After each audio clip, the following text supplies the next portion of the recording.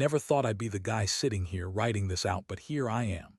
I've been with my wife Emily for 5 years, married for 3. We had what most people would call a good life. No major fights, no huge red flags. She was beautiful, confident, a little bitchy sometimes, but that's what I liked about her. She kept things interesting. We had our routines, and I was deployed overseas for a good part of our marriage, so I trusted her completely. At the start, everything seemed fine. She'd text, call, send pictures of the dog, talk about her day. Honestly, I was proud of how she handled things on her own back home. I thought she was the kind of wife who had it all together. But then little things started to change, small, weird things that I brushed off at first. She was more defensive whenever I asked about her day, more secretive about her phone. She'd get irritable for no reason, snap at me over minor stuff, and suddenly her phone was always face down. One night I was scrolling through some old emails on my laptop, just mindless stuff killing time, and I noticed her. Email notifications kept popping up. I saw a new email thread with someone named Mark.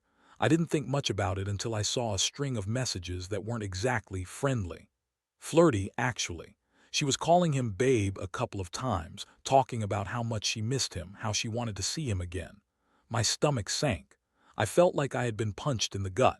I didn't want to jump to conclusions, so I kept quiet for a few days. But then I started noticing her texts more often, more late-night messages, secretive replies. One day she left her phone unattended while she went to the bathroom, and I saw a message pop up from Mark. It said something like, "Can't wait to see you tonight, babe. Don't forget I've got a surprise for you." I froze. My mind immediately jumped to the worst. That night I decided I couldn't ignore it anymore. I waited until she was asleep, pulled out her phone, and went through her messages. It was worse than I imagined. They'd been sleeping together behind my back for over a year, and she was pregnant now. She told me it was mine, of course, but I knew better. They'd been hiding this whole affair from me, and I was just devastated. I mean, how do you even process something like that? 5 years, and she's been lying to my face the entire time. I felt numb, angry, betrayed. I couldn't sleep that night.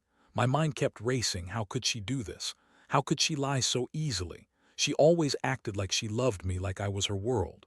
And Mark, I knew him, a good guy, or at least I thought he was. They've been friends for years, and I never saw this coming. It's like everything I believed in just crumbled in one night. The next day I kept staring at her, trying to find the words or the right way to confront her. But I was also scared shitless, because I knew once I said something, everything would change. And somehow I was right. When I told her I knew, her reaction was almost dismissive, like I was just an annoying pest, not her husband who she cheated on for over a year. She rolled her eyes, told me I was overreacting, that I was paranoid, and that I was just jealous because I was away. Classic, but I knew better. I knew the truth, and I felt sick. After I confronted her, Emily's reaction only made everything worse. She looked at me with those cold, dismissive eyes, like I was some jealous fool throwing a fit over nothing. She told me I was paranoid, that I didn't understand how busy she was, how she was just trying to keep everything together while I was away. She said Mark was just a friend, that I was overthinking, that maybe I was just insecure because I was gone so much. Honestly, hearing her say that made me feel like I was going crazy. She was lying so effortlessly, like she believed her own bullshit. It was the kind of lie you tell yourself to sleep better at night. But I wasn't buying it. I knew what I saw, what I read, what I felt. That pit in my stomach only got deeper.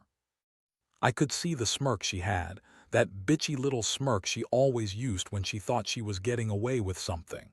I wanted to scream, hit her, do something to make her understand what she'd done to me, but I just sat there frozen, trying to keep my composure.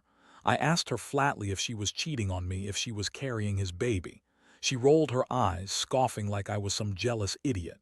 "You're imagining things, Jason," she said dismissively. "Mark and I are just friends, and if I was sleeping with him, I wouldn't be stupid enough to get pregnant by him, would I?" Her words cut through me like a knife.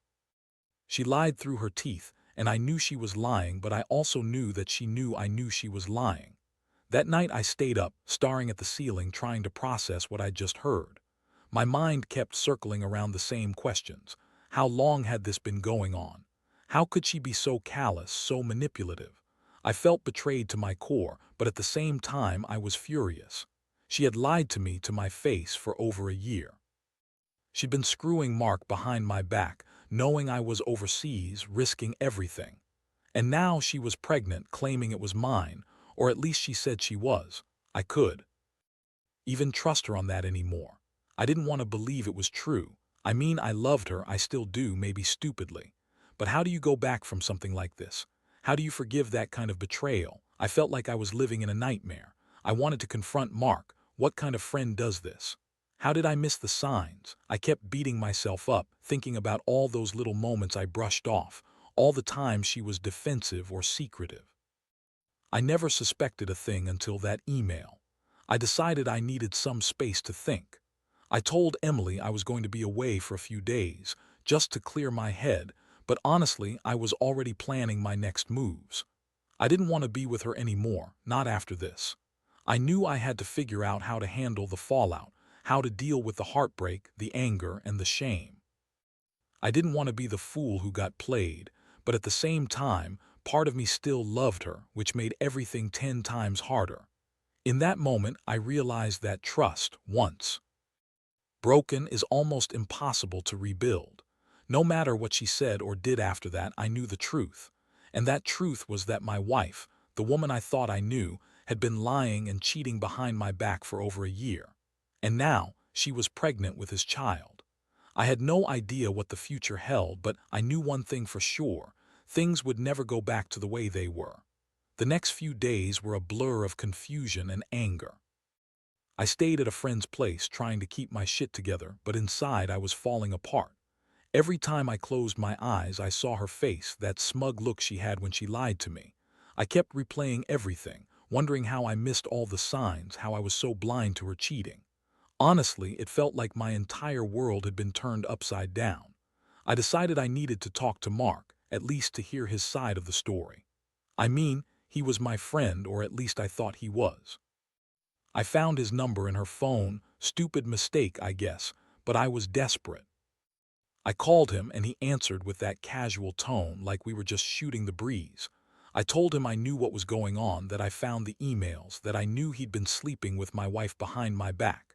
There was a moment of silence on the line, then he started stammering. Tried to act innocent, said he didn't want to hurt anyone, that it was just a mistake, that they never meant for me to find out. I wanted to punch something. How could he sit there and deny it after all the proof? I told him to get lost, that I never wanted to hear from him again, and that I was done being the fool. I was furious. Not just because of her, but because Mark was supposed to be my friend, someone I trusted. He'd betrayed me just as much as Emily had. That conversation was a wake-up call. I realized I needed to cut every tie to her, to him. I started packing my things, figuring out what I was going to do. I knew I couldn't stay, not after this. I had to figure out how to end this nightmare. I felt like I was walking around in a daze, like my whole life was shattered. I kept asking myself how I didn't see it, how I could have been so blind. I was angry at her for cheating, at Mark for betraying me, but mostly I was angry at myself for believing that I had a normal, honest life. I called her that night, trying to get a straight answer. I wanted to hear her say it was over, that she was done with Mark, that she loved me and only me.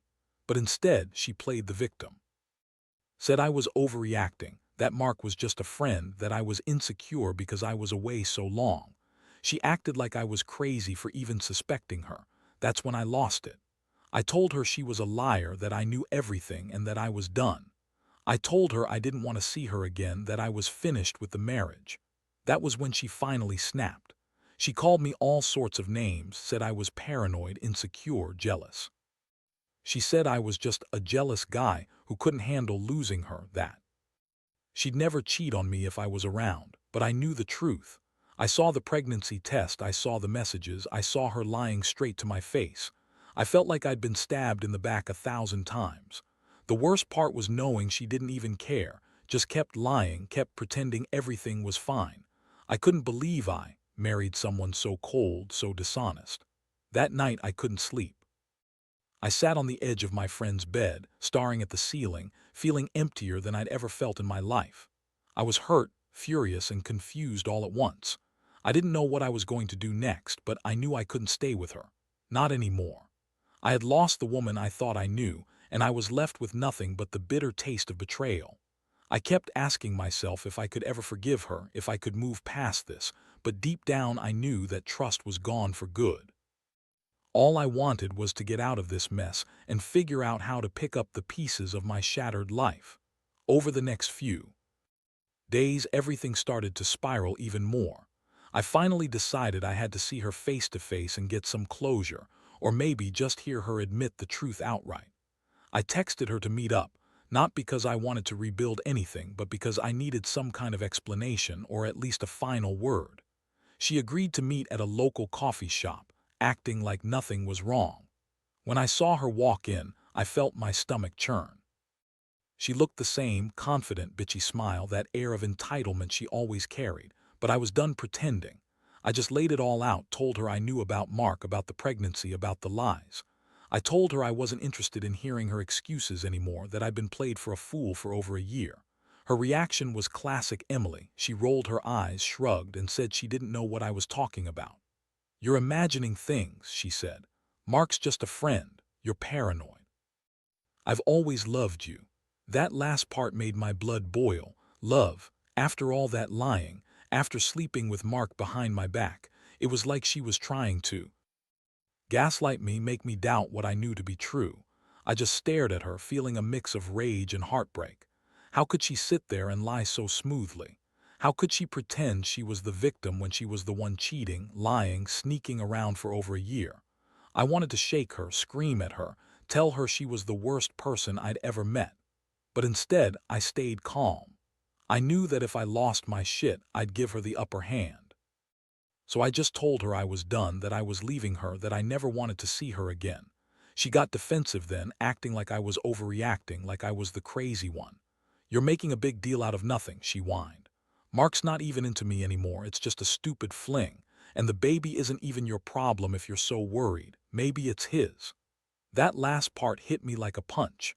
Her trying to turn this around made me doubt myself. It was classic gaslighting. I couldn't believe the audacity. I told her she was a liar, a manipulator, a cheat. I told her I wanted nothing to do with her, that she could keep her baby, her lies, her life. I felt like I was walking away from everything I believed in. I was broken and furious all at once. I knew I had to get out of there fast before I lost control. I left the coffee shop feeling emptier than ever. I didn't cry, at least not in front of her. But inside I was raw. I felt like I'd been punched in the chest. How could she do this to me, to us? How could someone I loved so much turn out to be the biggest liar I'd ever met? I kept replaying that moment, wondering if I'd missed some sign, some way to stop her before she destroyed everything.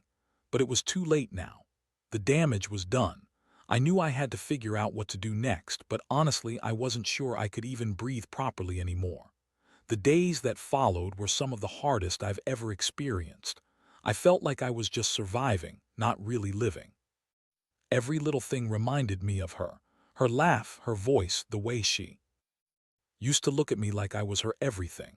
Now all I could think about was how she betrayed me, how she lied to my face for over a year. The pain was so raw it felt like my chest was being torn apart. I knew I had to make a decision. Part of me wanted to fight, to try and save what I thought we had, but deep down I knew that trust was broken beyond repair. I couldn't imagine ever believing her again. So I started planning to leave, to get out of that toxic mess. I reached out to a lawyer, started gathering evidence of her infidelity, and made arrangements to move into a small apartment nearby. I wanted her out of the house, out of my life. I couldn't stand the sight of her, knowing what she'd done. But it wasn't just about leaving her, it was about saving myself. I knew that staying wouldn't fix anything. I'd been blindsided, humiliated, and emotionally drained. The thought of facing her again, or even just knowing she was pregnant with Mark's kid, made me want to disappear. I felt betrayed, not just as a husband, but as a man who thought he knew his wife. It's a sickening feeling, realizing your entire world has been built on lies. During those days, I also started to question everything. Was I at fault? Did I miss signs? Was I just too blind to see what was happening right under my nose? I tried to remember the good times, but honestly, all I could feel was anger. Anger at her, at Mark, at myself for ever trusting any of them. I kept thinking about how she played me like a fool, pretending to love me while screwing around behind my back. That thought made me sick. I knew I couldn't stay in that house anymore. So I packed up my things, handed off the keys, and moved out. It was like leaving a part of myself behind.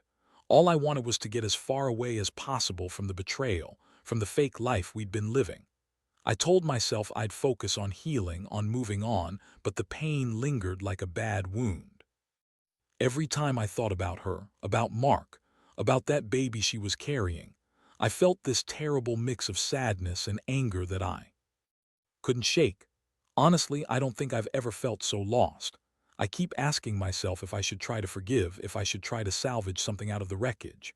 But the truth is, trust was so completely shattered that I don't know if it's even possible anymore. All I know is that I need time, time to breathe, to heal, to figure out what my next step is. And for now, I'm just trying to survive one day at a time, hoping that someday I'll find a way to move past this nightmare. In the end, I realized that some betrayals cut so deep they leave scars you can't see but feel every day. I never thought I'd be the guy who's heartbroken and betrayed by his wife, but life threw this at me anyway. I learned that love can sometimes turn into a lie, and trust, once broken, is almost impossible to rebuild. Moving out, cutting ties, and trying to piece my life back together has been the hardest thing I've ever done. I've come to accept that I can't control what she did or what Mark did, but I can control how I respond. I've started therapy, trying to understand why I trusted so blindly, and how to forgive myself for not seeing the signs sooner. I've also learned that sometimes the best thing you can do is walk away. No anger, no hatred, just a quiet acceptance that you deserve better. Looking back, I wish I could tell myself to pay more attention, to listen to that little voice that warns you when something's off. But honestly, I also learned not to let betrayal define me. Hurts like hell now, but I know someday I'll find happiness again. Maybe not with her, maybe not with Mark, but somewhere out there I'll find a way to heal and trust again. Better, wiser, and more cautious. For anyone else going through something similar, I'll say this: don't ignore the signs. Don't convince yourself it's all in your head. And when you find out the truth, don't be afraid to walk away if it's what you need. Trust is fragile, and once it's broken, that's a scar that never fully goes away. But life goes on, and so will you. Sometimes the only way forward is to leave behind the pain, learn from it, and keep pushing. Because in the end, your happiness is worth more than any betrayal.